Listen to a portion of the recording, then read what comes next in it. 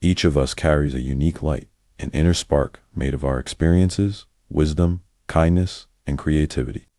It's not always loud or dazzling, but it's powerful. Sharing your light means showing up authentically, offering compassion when it's needed most, and using your gifts to uplift others. It's about choosing courage over comfort, generosity over silence, and hope over cynicism.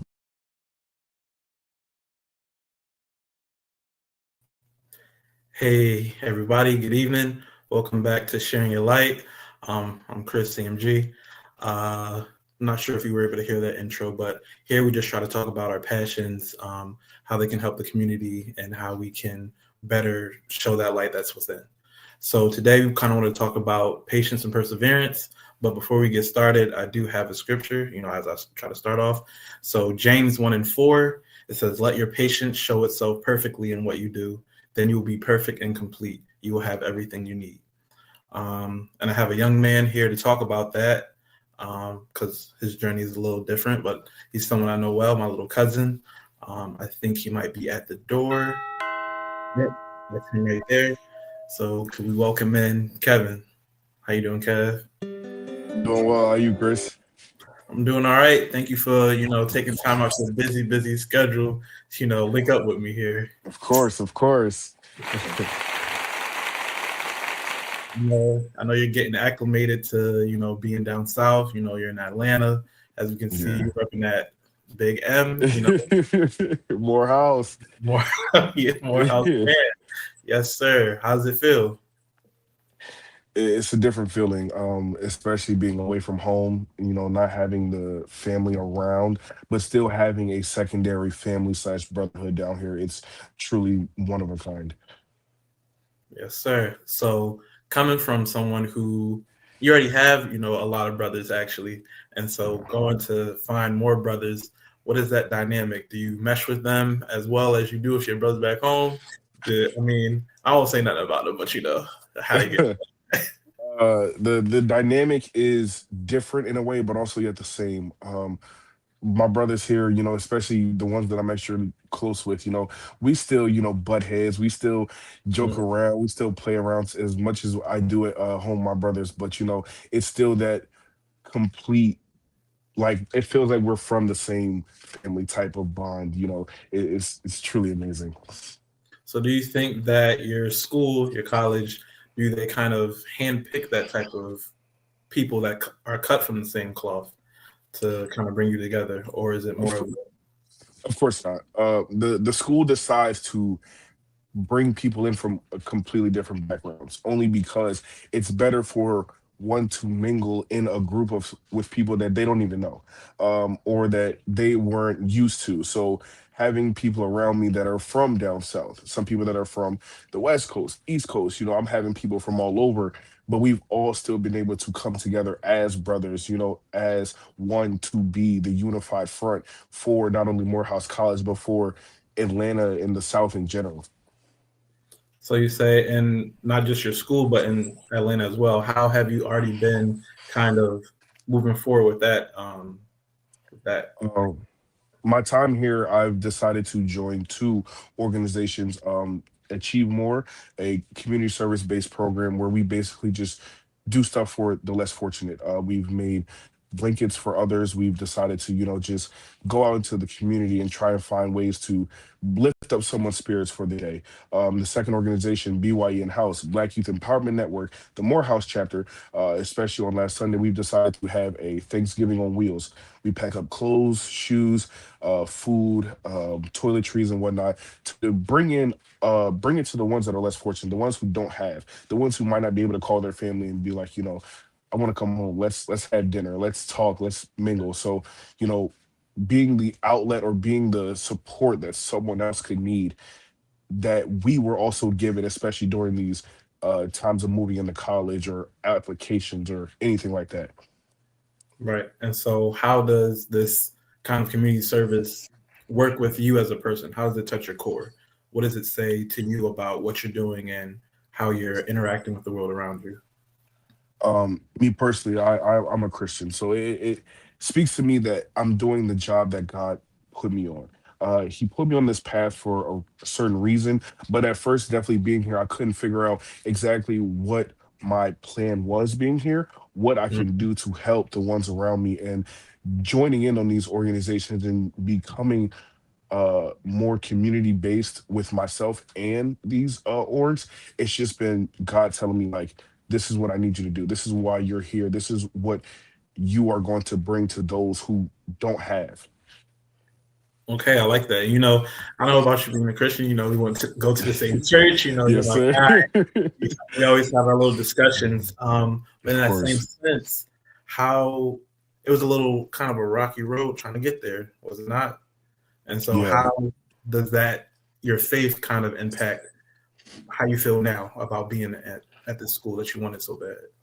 It's like a rush, a wave, if I can say. Waking up every morning to go outside of my dorm to see the sign Morehouse College all around me. It's a weight off the shoulders, only because there, like you said, there was a time where I didn't think I was going to be here. I was very rough in the process of applying to then getting accepted to then actually getting everything ready to move in. It was a real hard process, but like I said, it's a weight off the shoulders to know that I'm already here and that I'm working towards something better.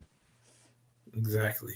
And you were saying about how you didn't know you were going to be there, but you knew in your heart that you wanted to be there. And Yeah, so, we've had our discussions, of course. Don't gotta get too much, but I know that prayer kind of works heavily into, you being here today. So I want to speak a little very bit true. about that. How? Uh, prayer is something so special. Like, I know that some people like take it for granted, but like the conversation, the daily talk with God, to not even just ask Him for anything, or to, just to tell Him thank you. It's just to know that you're building that relationship, and you're giving Him a chance to talk to you as well. It's, I don't even know how to explain it. It's just like an overwhelming feeling, to know that every morning I get to try to do something better for the day that I couldn't do yesterday or that I didn't try and do yesterday. All is God's faith and God's, favor to me, that I can start on better, a new foot better the next day than I did before. Exactly. Something we always try to say about being better than you were the day before, right? And we always have those. We have to be grateful to God because we have those new mercies that come in every day. Mhm. And like you said, some people do take it for granted, but it's just something that is kind of surreal in a sense. Because you may get down on yourself. I know being in school, you're going to have these tests, you're going to have these quizzes, trying to get your whole. Sorry, we see the comments from your brother, um, but we see just being that person that you believe God wants you to be, and not getting too down on yourself. It's just something Yeah. that's completely different. But how can you? I think how can you use your faith to kind of inspire others around you, your roommate, your circle of friends? What do you think about that? Um, my group of friends, we are all Christians. We are all, faith based. But I've been trying to personally, better my connection, my relationship with God, to become the light here that He needs. Morehouse has this brand for us, Ex Facta Ex Luz, which is Latin, but in English it means, uh, let there be light for the lack thereof. Basically, be the light in the darkness. Be the one that, shines out where no one else will. Be the one to, put yourself first for others to come behind you and also, do the same. So God is my light. He's going to be the one to light my torch for me to continue to move in the dark, to have someone behind me be like, I'm following him because he's following God, being the path that someone else would take to continue their faith within God and their own life. Whew, you sound like Pass right now. Well, I definitely feel you. You gotta see that light in God, and you gotta see that light in yourselves for others to be able to see that light in themselves. And that's kind of what Yeah, this whole show is kind of about. Spreading that light, spreading that fire from within, and making sure that others can uphold their candle, their light, their flame, so that they can right. move forward. It's definitely beautiful. I'm like, proud of you because I know where you come from, man, and I know how hard you wanted to be here. And so Mhm. with that, um, moving towards your academics. So you were trying to study what? Let the people know.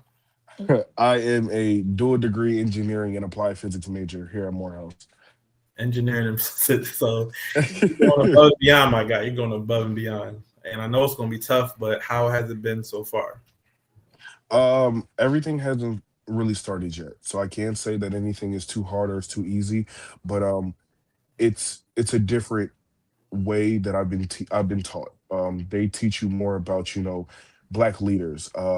It teaches you more about people that have paved the way for us to continue to be where we are and do what we do. So it's starting. Is what I'll say. It's starting. Yeah. And so you're starting to walk the path of, or walk in the footsteps of many a man that walked in front of you. How does that Mm. feel? You were rattling off some of these names to the producer. You want to give some of those names to the people? Some of our most famous alumni here at Morehouse are Dr. Martin Luther King Jr. We have Samuel L. Jackson, Spike Lee, Benjamin Elijah Mays, Thurgood Marshall. These are all men who have fought a fight that they thought, at one time that they couldn't do.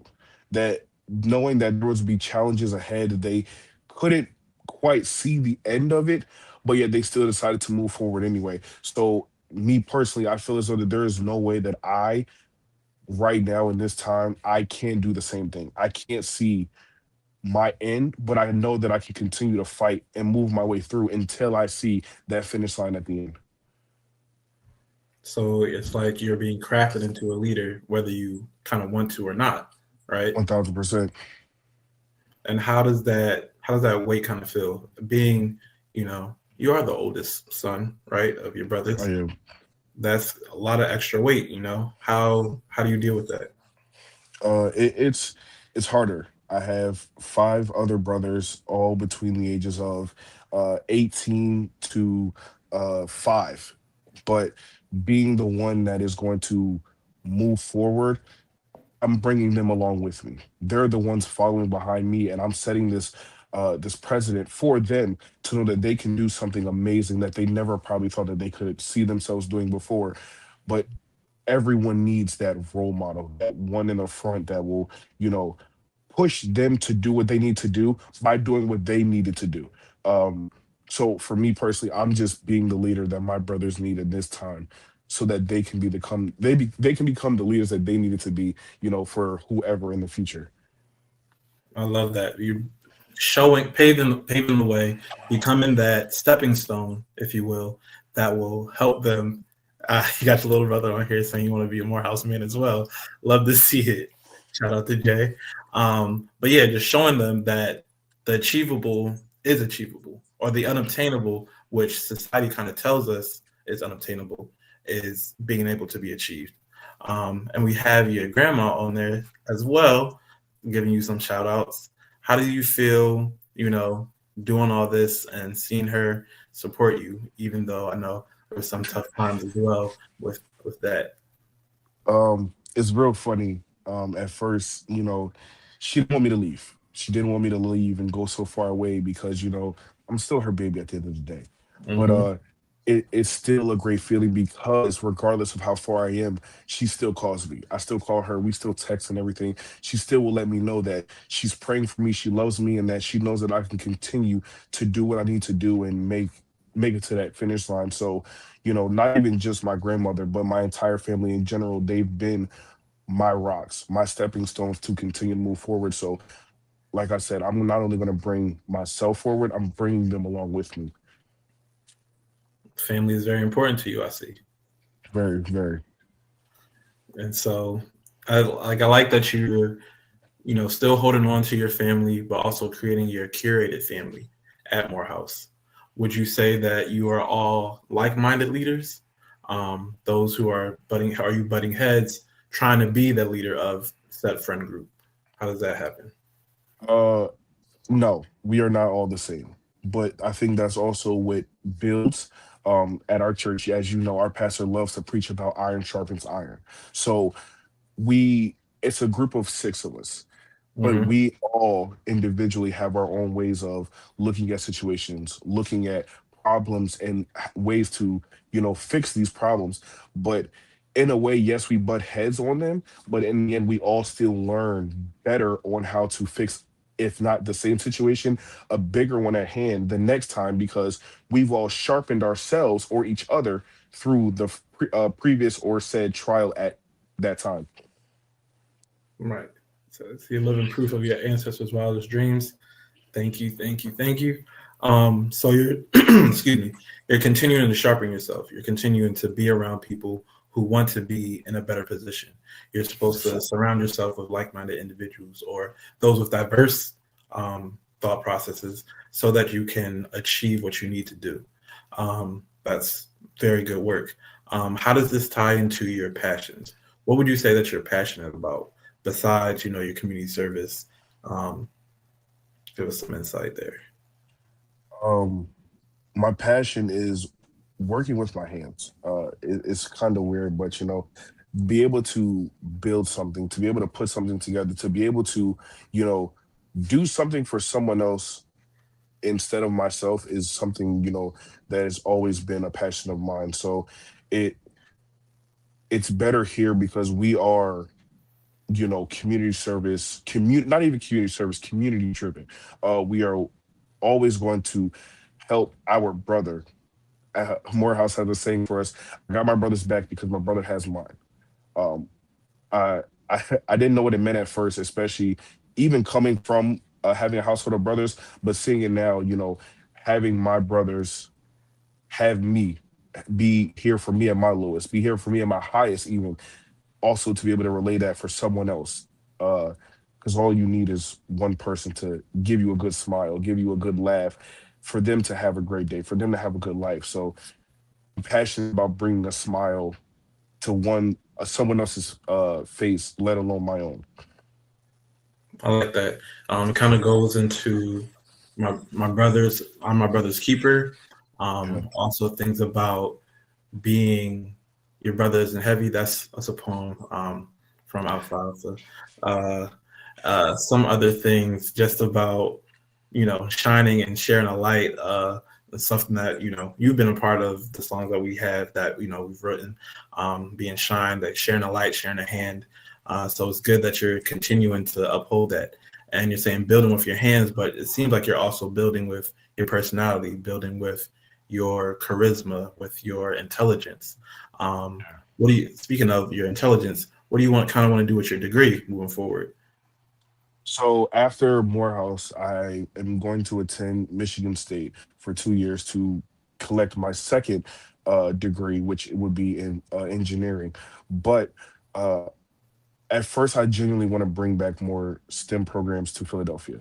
I lived there. It's still my home, but we don't have a lot of STEM programs. They say we do is supposed to be reachable, but they're not as reachable in those, low end communities that people tend to look down on, those underfunded communities, underfunded school districts. So I want to be able to get my degrees to then bring it back to my city so other Black children can see it and be like, that's something I'm passionate about. That's something that I want to do with my life. That's something that I want to build upon, for my future, and even maybe for.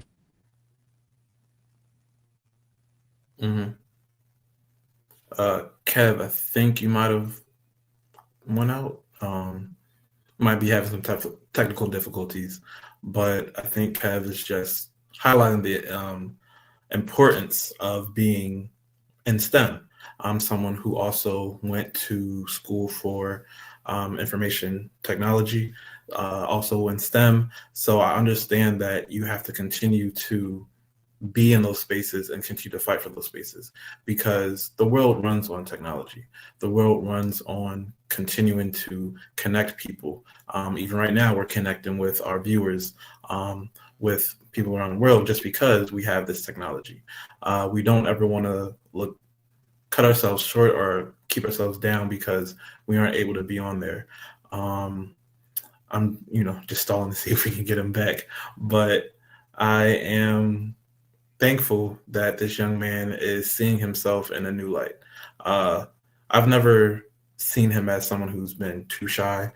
He has a quiet demeanor, but he's definitely someone who steps up. That's definitely someone who is strong in his own right.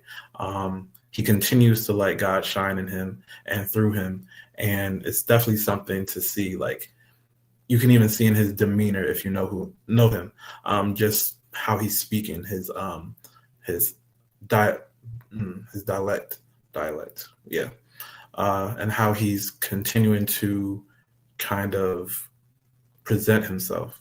He's doing what he needs to do. He's being that man that he knows that he should. Um, I can't be prouder of him, And I see his family in the comments, and I know that they are so proud of him. He's doing everything that he needs to do. He's continuing to work in the community, continue to keep God first, continue to build these connections, but also not forgetting where he come from. You heard him just talking about he wants to bring back them to Philly so that others like him, that look like him, who may not have the same opportunities as him, so that they can get those opportunities. They can be in those spaces that they might not think that they can be. He's at a school for Black men. We know we're looked down upon sometimes. We're kind of ostracized from society, but we are able to stand tall. We are able to move forward and be great. And so I can't wait to see him etch his name into the stone of being another great Black man, that this country, this city, this world needs. Producer, were we able to get Kev back? I'm not sure, because I don't want to just be rambling. We're here for him. I want to just okay. I think we'll have a commercial break, and then we'll be right back. Thank you. I think.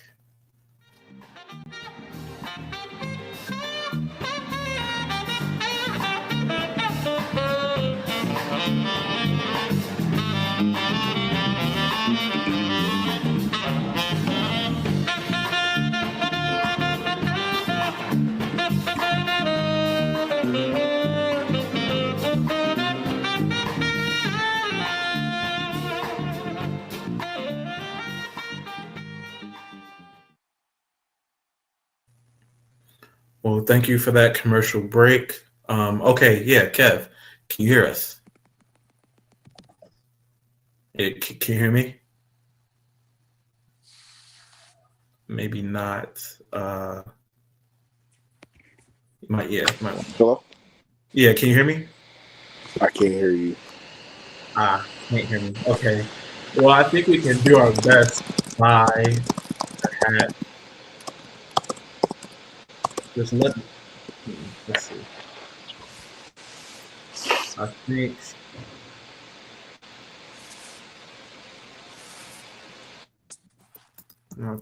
my fault. You just talk about your plans moving forward, things you want to do. I know you can't hear me. That's a problem, but I might have step back out. Okay, so we are getting comments from the people. I guess we can go there. We're proud of that young man right there. Yeah, Kev got that, getting that education. Yes, thank you, Brianna, for shouting him out. What else? Gil, oh, okay, I'm not going to read that way. But I see his father is saying the maturity, responsibility, while still having understanding of where you are and what you come from is breathtaking. I love and thank you both for the opportunity, support, and love. Appreciate you, big dog.